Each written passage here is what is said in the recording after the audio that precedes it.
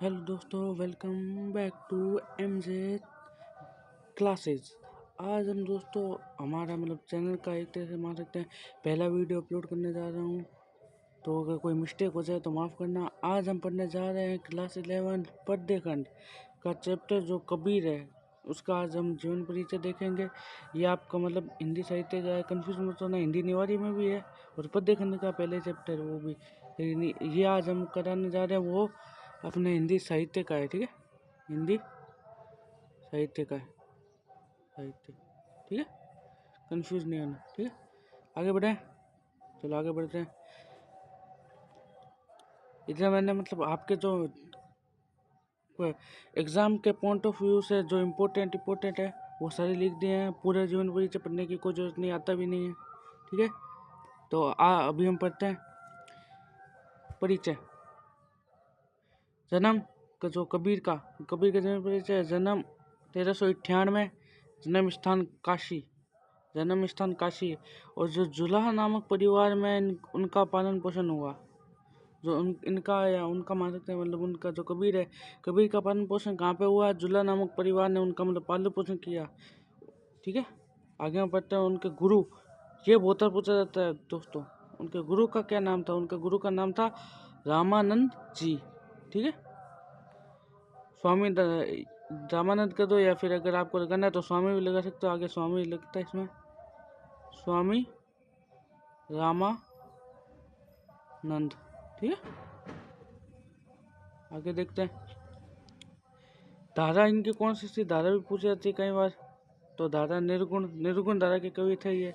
निर्गुण सरगुण का मतलब आपको पता होगा, नहीं होता है तो मैं अभी आपको बता देता हूँ, 1 मिनट है ना, मैं आपको बता देता हूँ, 1 मिनट रुको। देखो, निर्गुण और सगुण जो ईश्वर के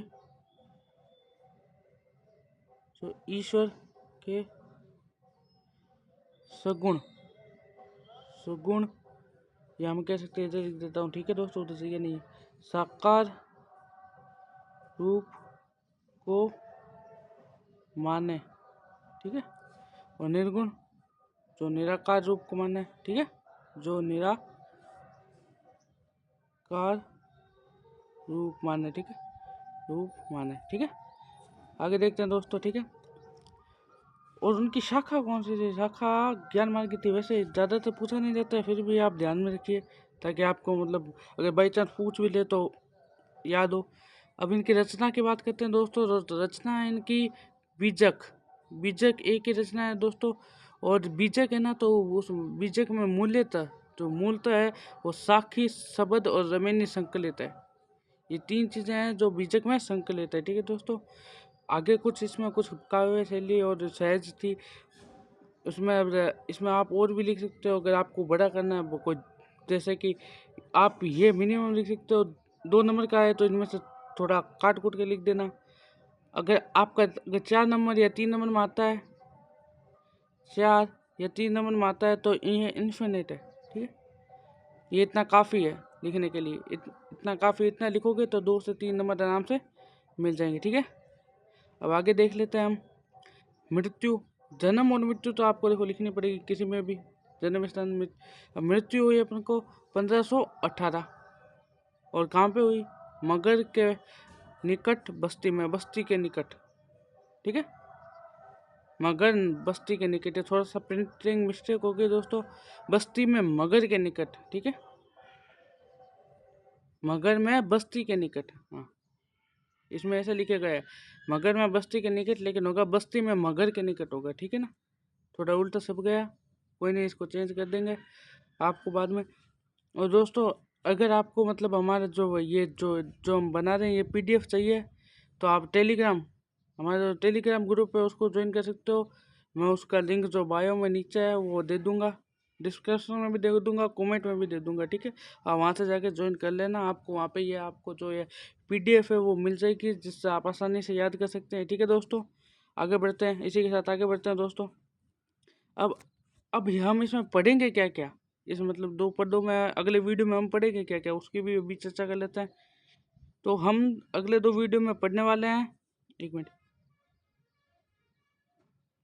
पहला पाठ्य पुस्तक में 2 दिए गए पद वो बता देता हूँ। पहला है, अरे इंदोहू राह न पाई, अरे इंदोहू राह न पाई, हिंदू करे अपनी बड़ाई, हिंदू करे अपनी बड़ाई। ये मतलब एक पैरा दिया हुआ, उसमें मतलब हिंदू और मुसलमान दोनों के मतलब जो भ्रम भारी आडंबरों पर मतलब कवि ने व्यंग करते हुए कहा है। ठीक है, व्यंग, ये व्यंग में ही है, मतलब व्यंग भाषा में ही है। ठीक है, व्यंग शैली में ही है। ठीक है,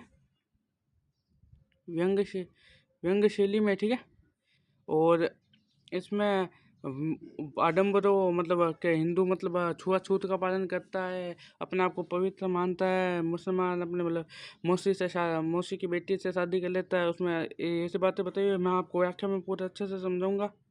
ठीक है, अब अगला है अपना दूसरा, बालम आओ मारे गेरे।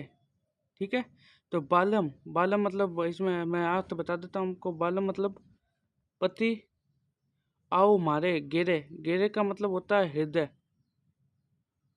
या हम आपको हृदय, या हम घर भी कह सकते हैं एक तरीके से। ठीक है, तो मतलब इसमें मतलब कबीरदास जी है ना, जो मतलब भक्ति प्रेम में पूरे लीन हो चुके हैं और वो भगवान से मिलन की प्रार्थना कर रहे हैं। वह मतलब ईश्वर को अपना पति मानते हैं और उन्हें अपने हृदय रूपी जो घर है, हृदय रूपी जो घर है उसमें आने का आमंत्रण देते हैं। ठीक है, बुला रहे हैं, उसमें यही पढ़ेंगे हम दोस्तों। और बाकी मैं आपको वाक्य में पूरे ऐसे तरह से समझा दूंगा। और हाँ दोस्तों, कबीरदास की जो भाषा है ना, मैं बता देता हूँ, भाषा भूल गया मैं बताना। ठीक है, जो भाषा है ना वो सहज, ठीक है, एक मिनट,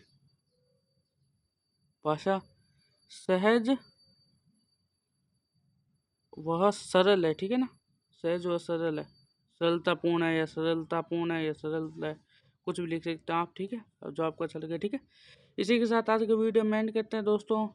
अगर आपको वीडियो अच्छा लगा हो तो चैनल को सब्सक्राइब कीजिए, लाइक कीजिए वीडियो को, एंड शेयर एंड कमेंट कीजिए।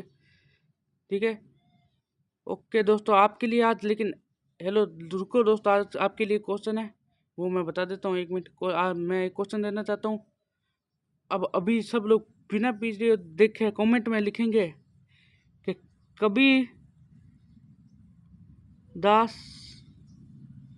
जी के गुरु का नाम क्या था, नाम क्या था। सभी बच्चे इसका आंसर कमेंट बॉक्स में देंगे। ठीक है, आज का वीडियो हम यहीं एंड करते हैं। Tata, bye bye, good bye.